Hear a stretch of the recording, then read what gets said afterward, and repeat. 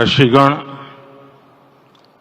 यहां उपस्थित और विश्व के कोने कोने में हम सबसे साथ जुड़े हुए सभी राम भक्त, आप सबको प्रणाम, आप सबको राम राम।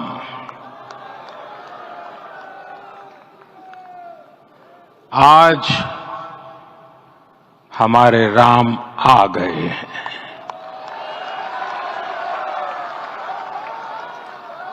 सदियों की प्रतीक्षा के बाद हमारे राम आ गए हैं।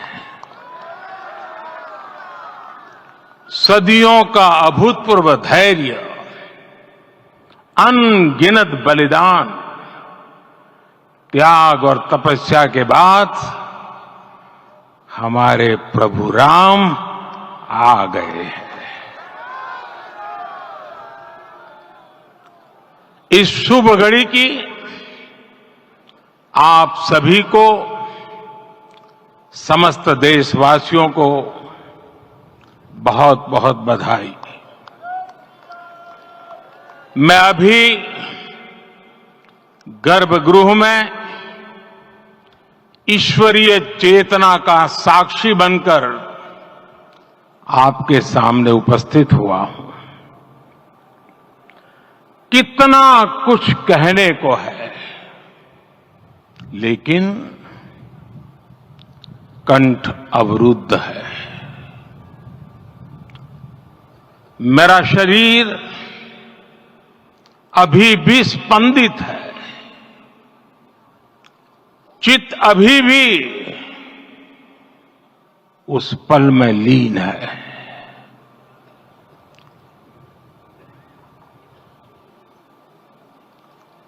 हमारे रामलला अब टेंट में नहीं रहेंगे।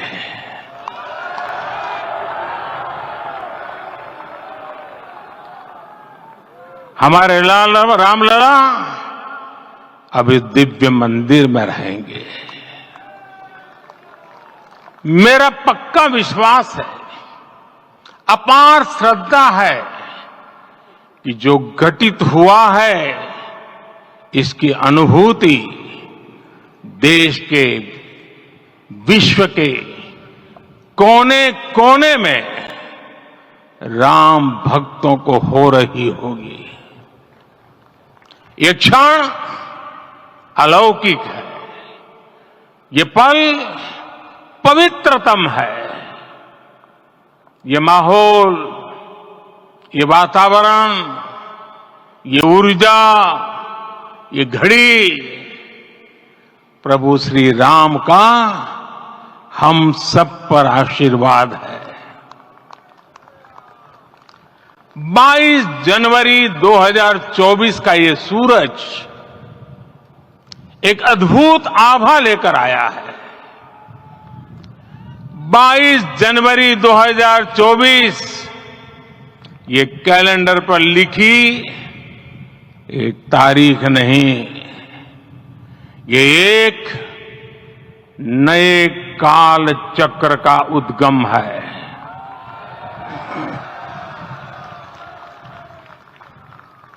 राम मंदिर के भूमि पूजन के बाद से प्रतिदिन पूरे देश में उमंग और उत्साह बढ़ता ही जा रहा था। निर्माण कार्य देख देशवासियों में हर दिन एक नया विश्वास पैदा हो रहा था। आज हमें सदियों के उस धैर्य की धरोहर मिली है। आज हमें श्री राम का मंदिर मिला है। गुलामी की मानसिकता को तोड़कर उठ खड़ा हो राष्ट्र, अतीत के हर दंश से हौसला लेता हुआ राष्ट्र ऐसे ही नव इतिहास का सृजन करता है। आज से 1000 साल बाद भी लोग आज की इस तारीख की, आज के इस पल की चर्चा करेंगे। और ये कितनी बड़ी राम कृपा है कि हम सब इस पल को जी रहे हैं, इसे साक्षात घटित होते देख रहे हैं। आज दिन, दिशाएं, दिगंत सब दिव्यता से परिपूर्ण है। ये समय सामान्य समय नहीं है। ये काल के चक्र पर सर्वकालिक शाही से अंकित हो रही अमिट स्मृति रेखाएं हैं। साथियों, हम सब जानते हैं कि जहां राम का काम होता है, वहां पवन पुत्र हनुमान अवश्य विराजमान होते हैं। इसलिए मैं राम भक्त हनुमान और हनुमान गढ़ी को भी प्रणाम करता हूं। मैं माता जानकी, लक्ष्मण जी, भरत, शत्रुघ्न सबको नमन करता हूं। मैं पावन अयोध्यापुरी और पावन सरयू को भी प्रणाम करता हूं। मैं इस पल दैवीय अनुभव कर रहा हूं कि जिनके आशीर्वाद से ये महान कार्य पूरा हुआ है। वे दिव्य आत्माएं, वे दैवीय विभूतियां भी इस समय हमारे आसपास उपस्थित है। मैं इनसे भी दिव्य चेतनाओं को भी कृतज्ञता पूर्वक नमन करता हूं। मैं आज प्रभु श्री राम से क्षमा याचना भी करता हूं। हमारे पुरुषार्थ, हमारे त्याग, तपस्या में कुछ तो कमी रह गई होगी कि हम इतनी सदियों तक ये कार्य कर नहीं पाए। आज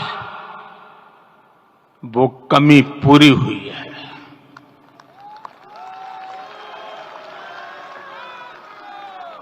मुझे विश्वास है प्रभु राम आज हमें अवश्य क्षमा करेंगे। मेरे प्यारे देशवासियों, त्रेता में राम आगमन पर पूज्य संत तुलसीदास जी ने लिखा है, प्रभु बिलो की हर से पुरबासी, जनित वियोग विपत्ति समनासी। अर्थात प्रभु का आगमन देकर ही सब अयोध्यावासी, समग्र देशवासी हर्ष से भर गए। लंबे वियोग से जो आपत्ति आई थी, उसका अंत हो गया। उस कालखंड में तो वो वियोग केवल 14 वर्षों का था। तब भी इतना असह्य था। इस युग में तो अयोध्या और देशवासियों ने सैकड़ों वर्षों का वियोग सहा है। हमारी कई कई पीढ़ियों ने वियोग सहा है। भारत के तो संविधान में उसकी पहली प्रति में भगवान राम विराजमान है। संविधान के अस्तित्व में आने के बाद भी दशकों तक प्रभु श्री राम के अस्तित्व को लेकर कानूनी लड़ाई चली। मैं आभार व्यक्त करूंगा भारत की न्यायपालिका का, जिसने न्याय की लाज रख ली।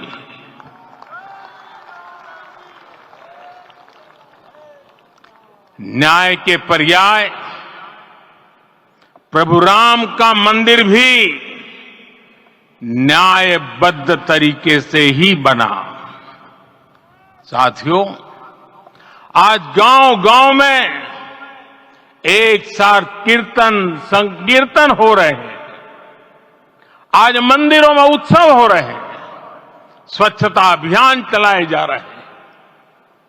पूरा देश आज दीपावली मना रहा है। आज शाम घर घर राम ज्योति प्रज्वलित करने की तैयारी है। कल मैं श्री राम के आशीर्वाद से धनुषकोडी में राम सेतु के आरंभ बिंदु अरिचल मुनाई पर था। जिस घड़ी प्रभु राम समुद्र पार करने निकले थे, वो एक पल था जिसने काल चक्र को बदला था। उस भावमय पल को महसूस करने का मेरा ये विनम्र प्रयास था। वहां पर मैंने पुष्प वंदना की। वहां मेरे भीतर एक विश्वास जगा कि जैसे उस समय काल चक्र बदला था, उसी तरह अब काल चक्र फिर बदलेगा और शुभ दिशा में बढ़ेगा। अपने 11 दिन के व्रत अनुष्ठान के दौरान मैंने उन स्थानों का चरण स्पर्श करने का प्रयास किया जहां प्रभु राम के चरण पड़े थे। चाहे वो नासिक का पंचवटी धाम हो, केरला का पवित्र त्रिपायर मंदिर हो, आंध्र प्रदेश में लेपाक्षी हो, श्रीरंगम में रंगनाथ स्वामी मंदिर हो, रामेश्वरम में श्री रामनाथ स्वामी मंदिर हो, या फिर धनुषकोडी। मेरा सौभाग्य है कि इसी पुनीत पवित्र भाव के साथ मुझे सागर से सरयू तक की यात्रा का अवसर मिला। सागर से सरयू तक हर जगह राम नाम का वही उत्सव भाव छाया हुआ है। प्रभु राम तो भारत की आत्मा के कण कण से जुड़े हुए हैं। राम भारतवासियों के अंतर मन में विराजे हुए हैं। हम भारत में कहीं भी किसी की अंतरात्मा को छुएंगे तो इस एकत्व की अनुभूति होगी, और यही भाव सब जगह मिलेगा। इससे उत्कृष्ट, इससे अधिक देश को समायोजित करने वाला सूत्र और क्या हो सकता है। मेरे प्यारे देशवासियों, मुझे देश के कोने कोने में अलग अलग भाषाओं में रामायण सुनने का अवसर मिला है, लेकिन विशेषकर पिछले 11 दिनों में रामायण अलग अलग भाषा में अलग राज्यों से मुझे विशेष रूप से सुनने का मौका मिला। राम को परिभाषित करते हुए ऋषियों ने कहा है, रमन्ते यस्मिन् इति रामः, अर्थात जिसमें रम जाए वही राम है। राम लोक की स्मृतियों में पर्व से लेकर परंपराओं में सर्वत्र समाये हुए हैं। हर युग में लोगों ने राम को जिया है। हर युग में लोगों ने अपने अपने शब्दों में अपनी अपनी तरह से राम को अभिव्यक्त किया है और ये राम रस जीवन प्रवाह की तरह निरंतर बहता रहता है। प्राचीन काल से भारत के हर कोने के लोग राम रस का आचमन करते रहे हैं। राम कथा असीम है और रामायण भी अनंत है। राम के आदर्श, राम के मूल्य, राम की शिक्षाएं सब जगह एक समान है। प्रिय देशवासियों, आज इस ऐतिहासिक समय में देश उन व्यक्तित्वों को भी याद कर रहा है जिनके कार्य और समर्पण की वजह से आज हम ये शुभ दिन देख रहे हैं। राम के इस काम में कितने ही लोगों ने त्याग और तपस्या की पराकाष्ठा करके दिखाई है। उन अनगिनत राम भक्तों के, उन अनगिनत कार सेवकों के और उन अनगिनत संत महात्माओं के हम सब ऋणी हैं। साथियों, आज का ये अवसर उत्सवता का क्षण तो है ही, लेकिन इसके साथ ही यह क्षण भारतीय समाज की परिपक्वता के बोध का भी क्षण है। हमारे लिए ये अवसर सिर्फ विजय का नहीं, विनय का भी है। दुनिया का इतिहास साक्षी है कि कई राष्ट्र अपने ही इतिहास में उलझ जाते हैं। ऐसे देशों ने जब भी अपने इतिहास की उलझी हुई गांठों को खोलने का प्रयास किया, उन्हें सफलता पाने में बहुत कठिनाई आई, बल्कि कई बार तो पहले से ज्यादा मुश्किल परिस्थितियां बन गई। लेकिन हमारे देश ने इतिहास की इस गांठ को जिस गंभीरता और भावुकता के साथ खोला है, वो ये बताती है कि हमारा भविष्य हमारे अतीत से बहुत सुंदर होने जा रहा है। वो भी एक समय था जब कुछ लोग कहते थे कि राम मंदिर बना तो आग लग जाएगी। ऐसे लोग भारत के सामाजिक भाव की पवित्रता को नहीं जान पाए। रामलला के इस मंदिर का निर्माण भारतीय समाज के शांति, धैर्य, आपसी सद्भाव और समन्वय का भी प्रतीक है।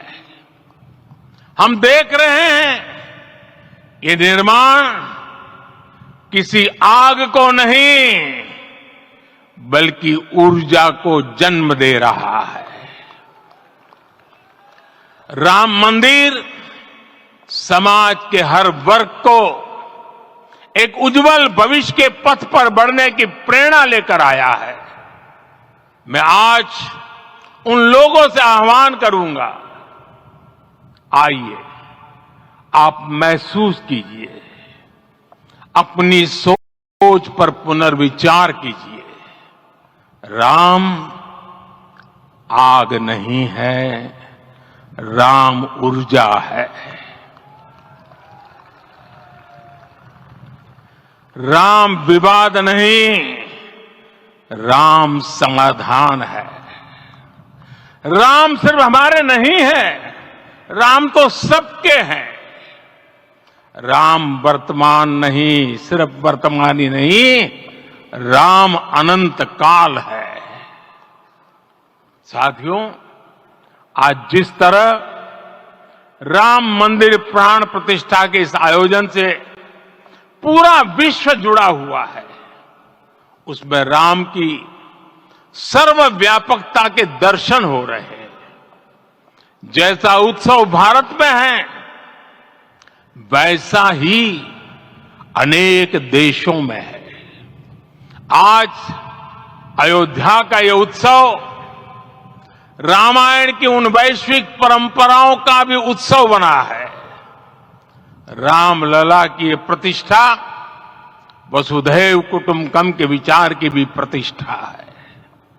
साथियों, आज अयोध्या में केवल श्री राम के विग्रह रूप की प्राण प्रतिष्ठा नहीं हुई है, ये श्री राम के रूप में साक्षात भारतीय संस्कृति के प्रति अटूट विश्वास की भी प्राण प्रतिष्ठा है।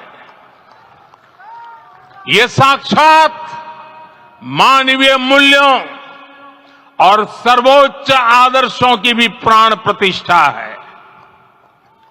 इन मूल्यों की, इन आदर्शों की आवश्यकता आज संपूर्ण विश्व को है। सर्वे भवन्तु सुखिनः, ये संकल्प हम सदियों से दोहराते आए हैं। आज उसी संकल्प को राम मंदिर के रूप में साक्षात आकार मिला है। ये मंदिर मात्र एक देव मंदिर नहीं है, ये भारत की दृष्टि का, भारत के दर्शन का, भारत के दिग्दर्शन का मंदिर है। ये राम के रूप में राष्ट्र चेतना का मंदिर है। राम भारत की आस्था है, राम भारत का आधार है, राम भारत का विचार है, राम भारत का विधान है, राम भारत की चेतना है, राम भारत का चिंतन है, राम भारत की प्रतिष्ठा है, राम भारत का प्रताप है, राम प्रवाह है, राम प्रभाव है, राम नेति भी है, राम नीति भी है, राम नित्यता भी है, राम निरंतरता भी है, राम विभु है, विशद है, राम व्यापक है, विश्व है, विश्वात्मा है। और इसलिए जब राम की प्रतिष्ठा होती है तो उसका प्रभाव वर्षों या शताब्दियों तक ही नहीं होता, उसका प्रभाव हजारों वर्षों के लिए होता है। महर्षि वाल्मीकि ने कहा है, राज्यम 10 सहस्त्राणि प्राप्य वर्षाणि राघव, अर्थात राम 10,000 वर्षों के लिए राज्य पर प्रतिष्ठित हुए, यानी हजारों वर्षों के लिए राम राज्य स्थापित हुआ। जब त्रेता में राम आए थे तब हजारों वर्षों के लिए राम राज्य की स्थापना हुई थी। हजारों वर्षों तक राम विश्व पथ प्रदर्शन करते रहे थे। और इसलिए मेरे प्यारे देशवासियों, आज अयोध्या भूमि हम सभी से, प्रत्येक राम भक्त से, प्रत्येक भारतीय से कुछ सवाल कर रही है। श्री राम का भव्य मंदिर तो बन गया, अब आगे क्या? सदियों का इंतजार तो खत्म हो गया, अब आगे क्या? आज के इस अवसर पर जो दैवीय आत्माएं हमें आशीर्वाद देने के लिए उपस्थित हुई हैं, हमें देख रही हैं, उन्हें क्या हम ऐसे ही विदा करेंगे? नहीं, कदापि नहीं। आज मैं पूरे पवित्र मन से महसूस कर रहा हूं कि काल चक्र बदल रहा है।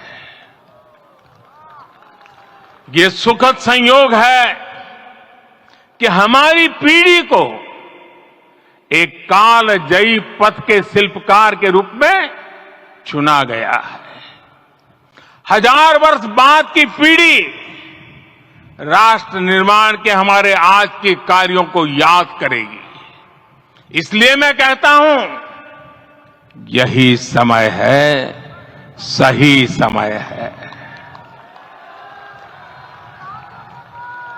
हमें आज से, इस पवित्र समय से अगले 1000 साल के भारत की नींव रखनी है। मंदिर निर्माण से आगे बढ़कर अब हमें सभी देशवासी यही इस पल से समर्थ, सक्षम, भव्य, दिव्य भारत के निर्माण की सौगंध लेते हैं।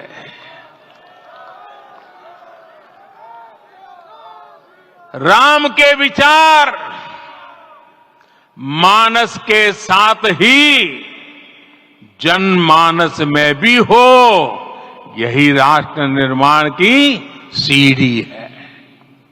साथियों, आज के युग की मांग है कि हमें अपने अंतःकरण को विस्तार देना होगा।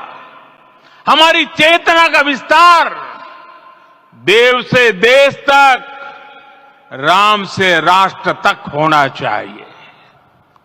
हनुमान जी की भक्ति, हनुमान जी की सेवा, हनुमान जी का समर्पण, ये ऐसे गुण हैं जिन्हें हमें बाहर नहीं खोजना पड़ता। प्रत्येक भारतीय में भक्ति, सेवा और समर्पण के भाव समर्थ, सक्षम, भव्य, दिव्य भारत का आधार बनेंगे। और यही तो है देव से देश और राम से राष्ट्र की चेतना का विस्तार। दूर सुदूर जंगल में, कुटिया में जीवन गुजारने वाली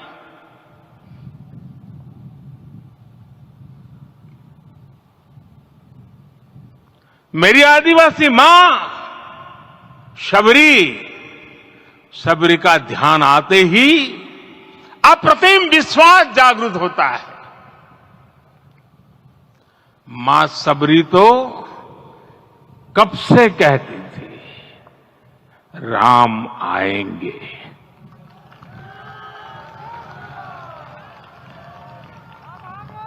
प्रत्येक भारतीय में जन्मा यही विश्वास समर्थ, सक्षम, भव्य भारत का आधार बनेगा।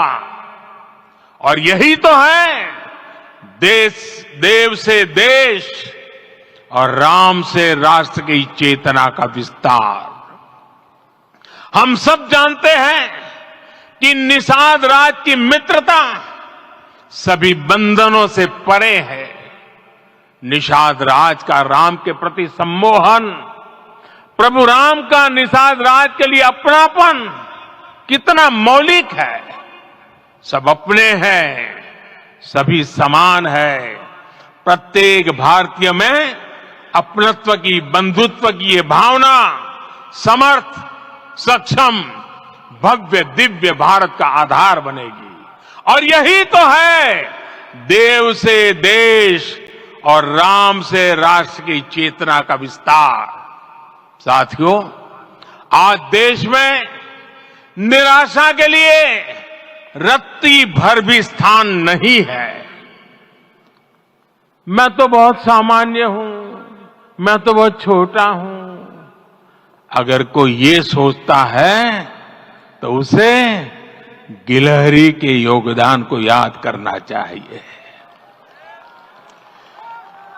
गिलहरी का स्मरण ही हमें हमारी इस हिचक को दूर करेगा, हमें सिखाएगा कि छोटे बड़े हर प्रयास की अपनी ताकत होती है, अपना योगदान होता है।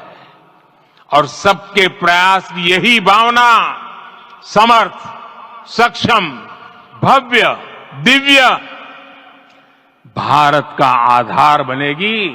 और यही तो देव से देश और राम से राष्ट्र की चेतना का विस्तार। साथियों, लंकापति रावण प्रकांड ज्ञानी थे, अपार शक्ति के धनी थे, लेकिन जटायु जी की मूल्य निष्ठा देखिए। वे महाबली रावण से भिड़ गए। उन्हें भी पता था कि वो रावण को परास्त नहीं कर पाएंगे, लेकिन फिर भी उन्होंने रावण को चुनौती दी। कर्तव्य की यही पराकाष्ठा समर्थ, सक्षम, भव्य, दिव्य भारत का आधार है। और यही तो है देव से देश और राम से राष्ट्र की चेतना का विस्तार। आइए हम संकल्प लें कि राष्ट्र निर्माण के लिए हम अपने जीवन का पल पल लगा देंगे। राम काज से राष्ट्र काज, समय का पल पल, शरीर का कण कण राम समर्पण को राष्ट्र समर्पण के ध्येय से जोड़ देंगे। मेरे देशवासियों, प्रभु श्री राम की हमारी पूजा विशेष होनी चाहिए। ये पूजा स्व से ऊपर उठ करके समष्टि के लिए होनी चाहिए। ये पूजा अहम से उठकर वयम के लिए होनी चाहिए। प्रभु को जो भोग चढ़ेगा वो विकसित भारत के लिए हमारे परिश्रम की पराकाष्ठा का प्रसाद भी होगा। हमें नित्य पराक्रम, पुरुषार्थ, समर्पण का प्रसाद प्रभु राम को चढ़ाना होगा। इनसे नित्य प्रभु